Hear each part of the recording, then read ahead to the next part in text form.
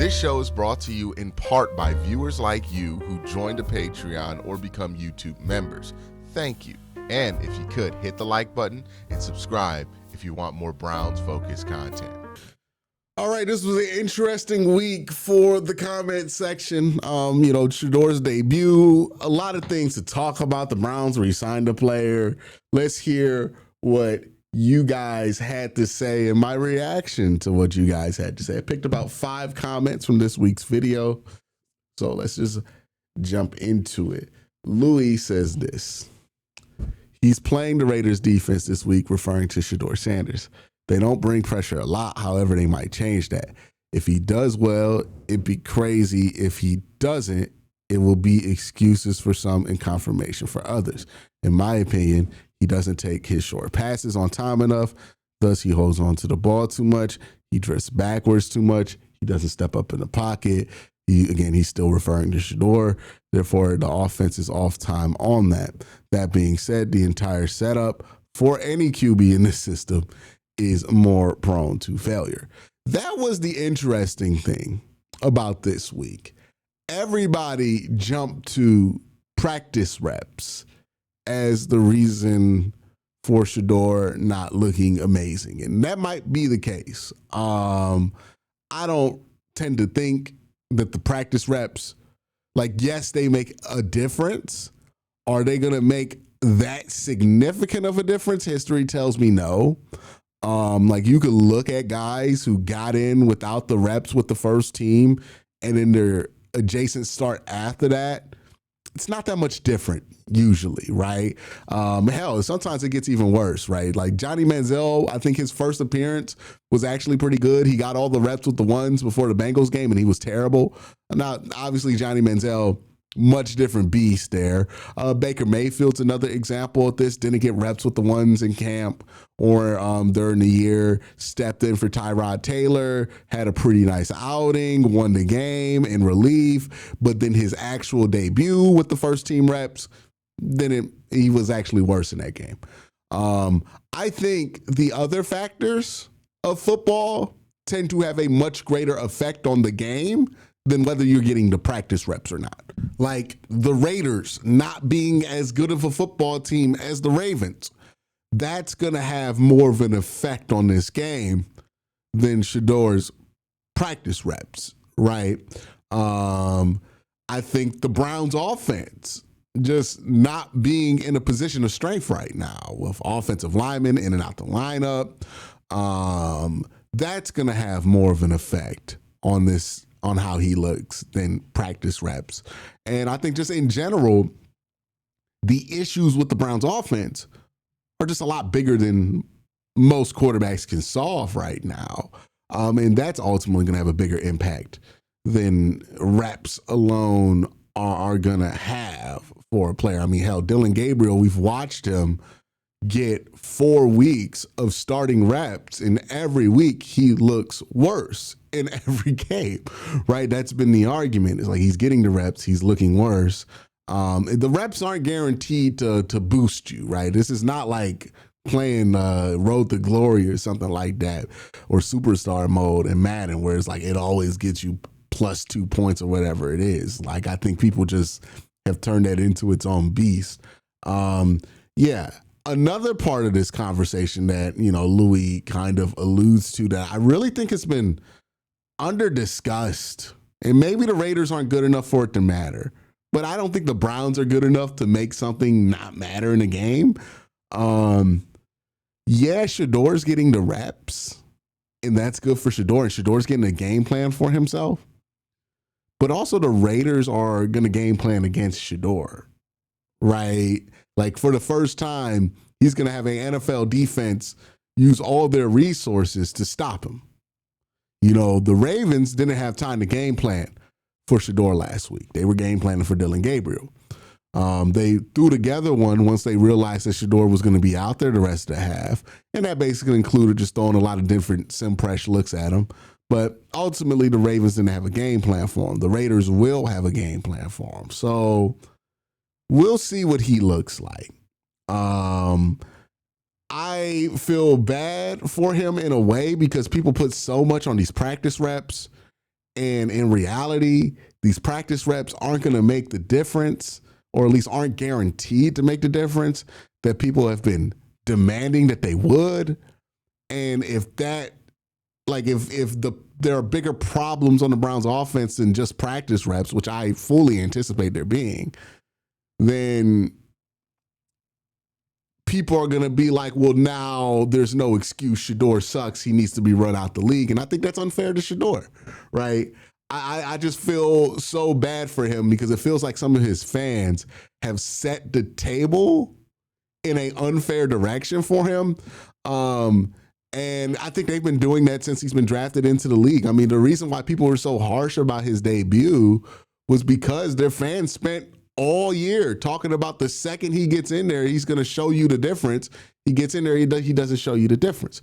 And it was very predictable that he won it, but that's not what they were telling you, right? And now it's like, okay, you're telling me it's all about the practice reps. We've had so many people come out here and talk about these practice reps. Okay. So if you're a normal fan and that's all you've been hearing, and then Shador goes out there with those practice reps and does not look good, you're going to come to a pretty easy conclusion. Well, that means he's not good. I think that's a little unfair. But the reason that it exists is because people made it seem like it was only the practice reps that were the problem in that game. I keep trying to talk reason into this whole Shador thing.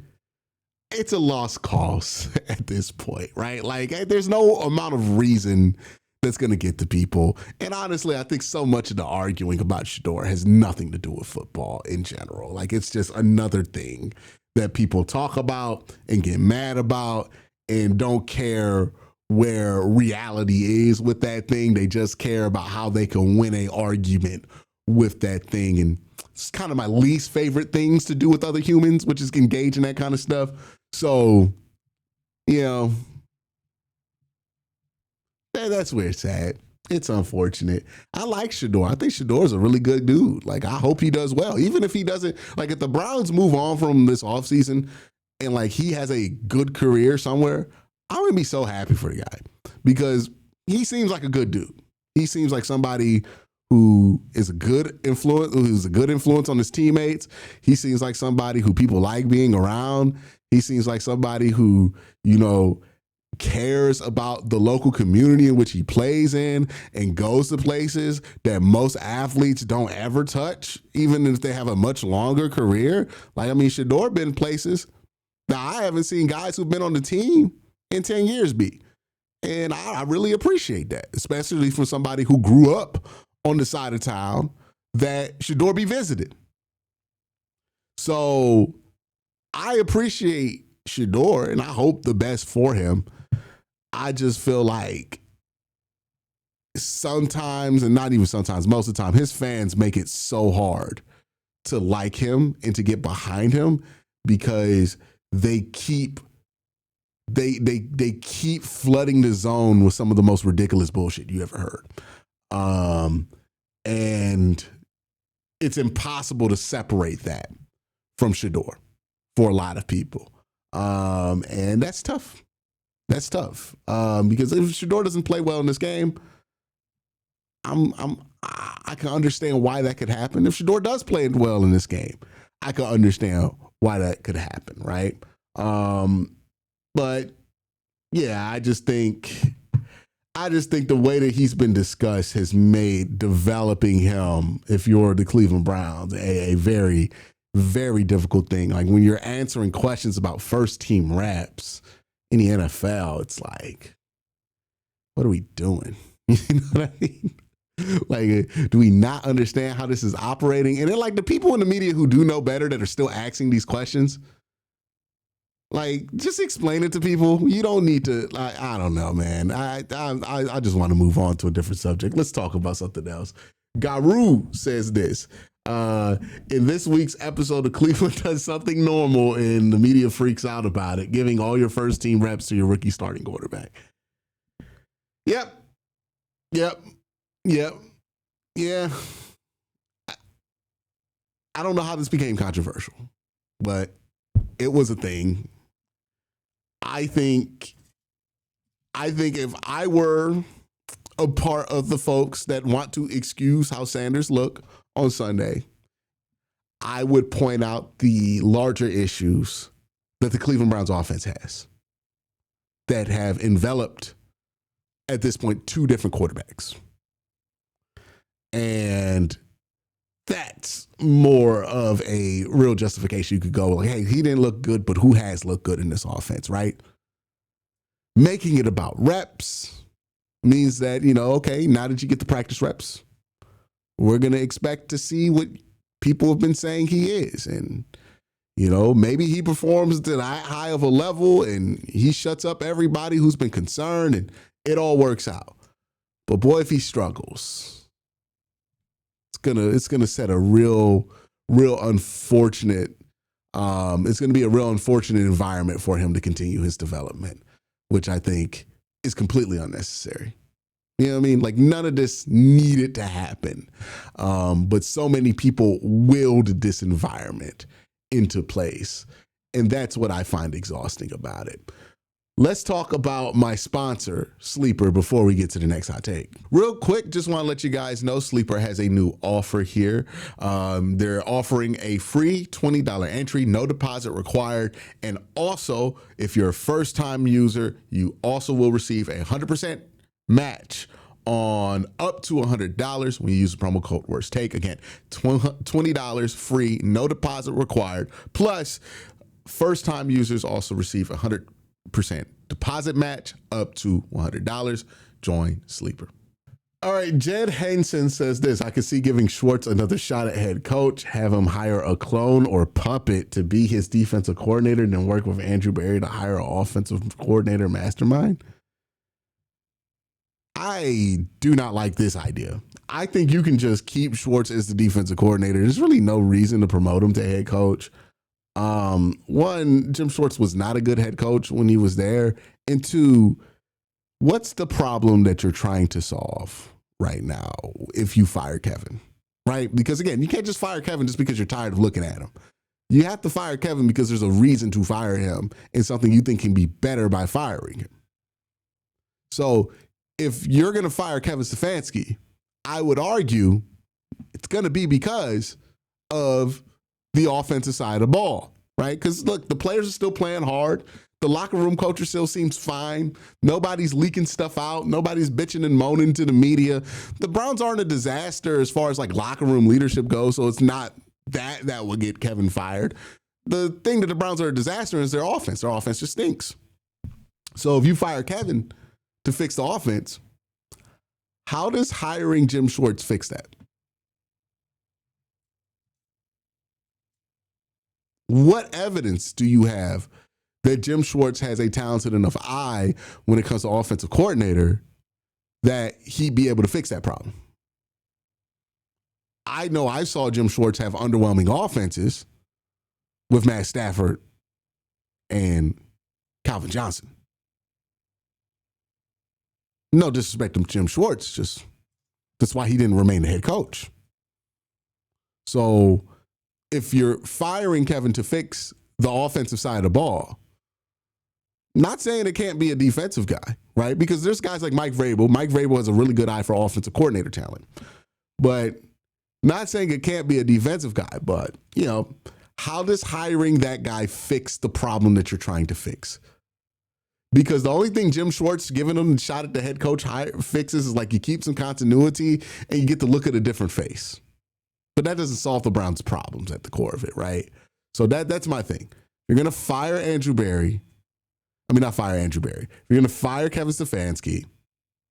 How does hiring Jim Schwartz or anybody else or whoever you want to put in there, does that fix the offense? Because that is the objective. You're firing Kevin to fix the offense. You're not firing Kevin to give Jim Schwartz a cool opportunity. So that's my thing. Tim Mullen says this. Q says the play calling on offense isn't a problem, and all the problems on offense is the talent in the field, but he wants to fire the coach. I agree with the assessment of the problems on offense, and I still I still see the players playing with fire. Haven't seen any players giving up. Firing Stefanski before we fix the problems on offense could be something that we regret in the future, and it's probably wise to see what he could do next year with the quarterback and a lineman before making organizational changes and decisions like that. Here's what I'll say.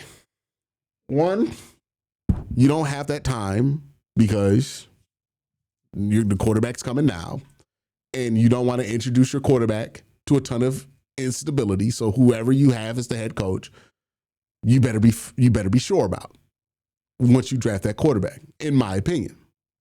I think that instability and exposing Baker Mayfield to instability is a huge part of the reason why we're here today.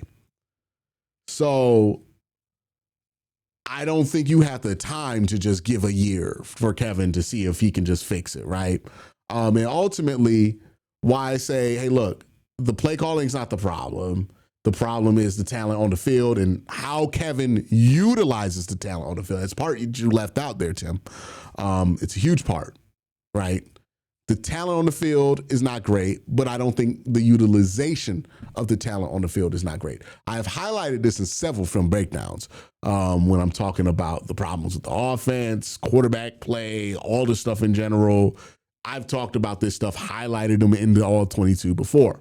So it's more to me, we're not utilizing talent to a high level, and the talent that we are bringing in, we're not developing at a high level, right? Look at what the defense has been able to do with the third, fourth, fifth undrafted free agents that Andrew Berry has gotten them, and look what the offense has been able to do with those same kind of opportunities.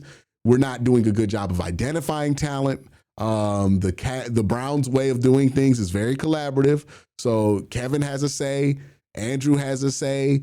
The position coaches have a say. If they're not good at identifying talent that they want to develop, then that's going to become a problem.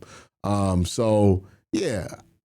think you got to make a decision that you feel okay about. You can't go into year one with a quarterback, especially if you draft them early in the draft next year, and be unsure about your head coach. You got to be sure. Either it's undying faith that Kevin's going to be the guy to fix it and you stick with it even if it's rough at the beginning of next year, or you don't believe in it and you get somebody you do believe in. But you can't do this half measure. The half measure is not going to work. The next hot take here is from this. This is what happens when we're talking about Mason Graham.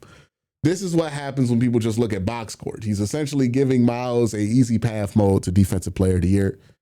Yeah, so many people get caught up with box scores for positions that like box scores aren't that important in, they've been told traditionally that these stats matter, but not really been told or given the tools to figure out how effective a player is being, even with the stats, right? Like stuff comes up with linebackers whenever I'm arguing with people about Roquan Smith and they're bringing me all his tackle numbers. And I then bring up his average depth of tackle is abysmal, right? It was like 4 yards downfield. It's not what you want from your linebacker, but he got the tackle stats, right? So people don't really question it. There's a lot of ways to look at football. Football is one of the most complicated games on earth. And to think that like a position like defensive tackle doesn't matter, I tend to think is wrong. And I do think Mason Graham has done a great thing for Miles. But that's it for the hot takes. Let me know what you think in the comment section down below. Y'all have a great day. Have an even better night. Peace.